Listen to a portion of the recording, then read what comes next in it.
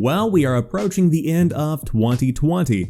Thank God, that's been one of the longest yet somehow simultaneously shortest years in history. But through all of the negativity, gaming has brought a lot of people together, and even for those that don't enjoy coming together to play games, the games that we've played have provided a safe haven for getting away from the world, getting away from the chaos, checking out, even if just momentarily, and checking into this beautiful world to explore. These amazing creations the developers and publishers have made for us to escape to.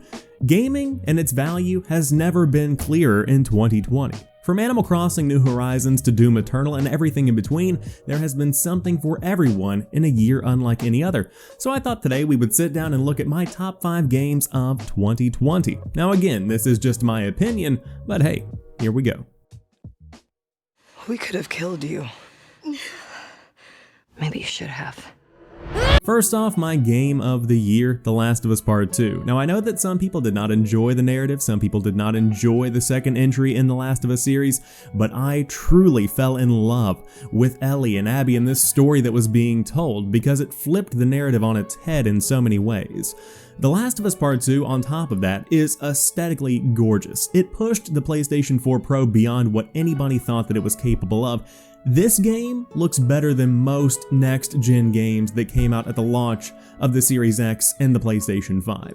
Naughty Dog are wizards. I highly recommend you check this game out. I've seen it on sale for between $20 and $30. One of the best pieces of narrative storytelling in gaming, and I think I might go so far as to say it's at least in my top 3 of the PlayStation 4 generation. The inner circle of death is where he resides. Doom Eternal, the follow-up to 2016's Doom reboot, had a lot to live up to because the reboot did it so well. 2016's Doom is one of the best first-person shooters of all time, and on top of that, it's been used time and time again to show what PCs are capable of. In a way, it's kind of like a new benchmark. And so, going into Doom Eternal, my expectations were high, and they were met.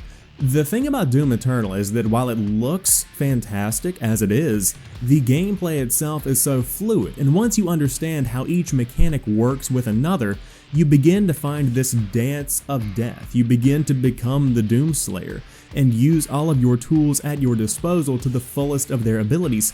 It is a fantastic first-person shooter, and in general, it's a fantastic game. I might even go so far as to say it's almost a rhythm game, in a way, where once you get into this lockstep flow, you can really do some damage, and it is a fantastic time. One of my favorite quarantine games as well.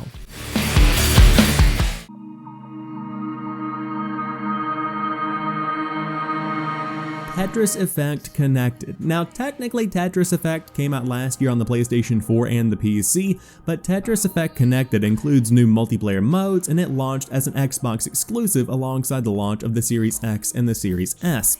With that being said, I have put so much time into Tetris Effect Connected over the course of the past few weeks since the launch of the Xbox Series X.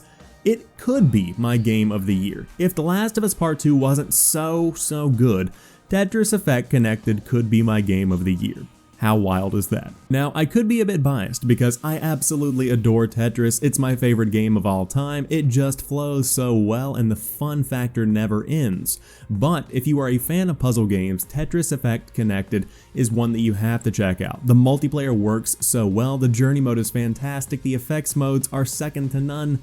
It is just such a good time, and for the PlayStation players out there and the PC players out there, I highly recommend that you dive into Tetris Effect on your platform of choice, and of course whenever the Connected update drops, you should absolutely get in on that and get some multiplayer action under your belt.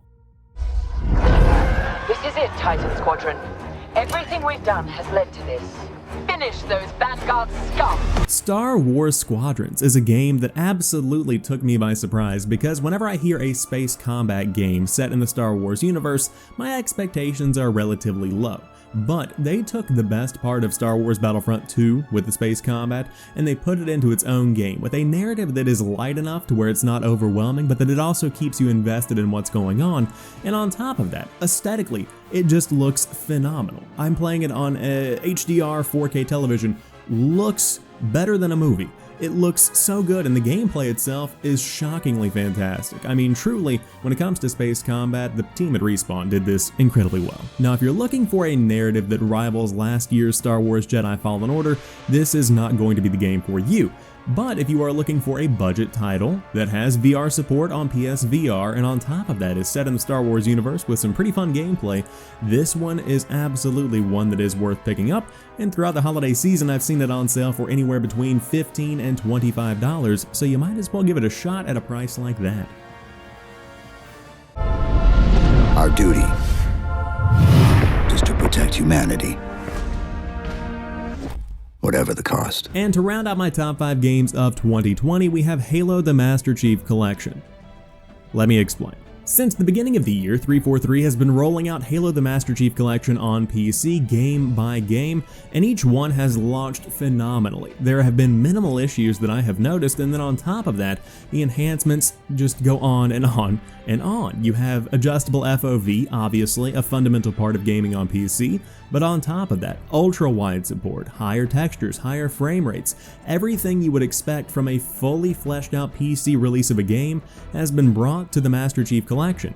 Not to mention, it's also on Steam. On top of that, a new console update alongside the launch of the Xbox Series X and S added plenty of value to the game to kind of help fill the void that Halo Infinite left. We're talking about adjustable field of view, support for 120Hz refresh rates on monitors that do support that feature, and then on top of that, it of course takes advantage of all of the big benefits that came with a Series X and an S, including Quick Resume. Of course, I'm a huge diehard Halo fan, my favorite first-person shooter franchise of all time, big fan of it, and it was lovely to see it get the love that it deserved in 2020, and of course more support is coming in 2021. It is absolutely the game that I played the most in the year.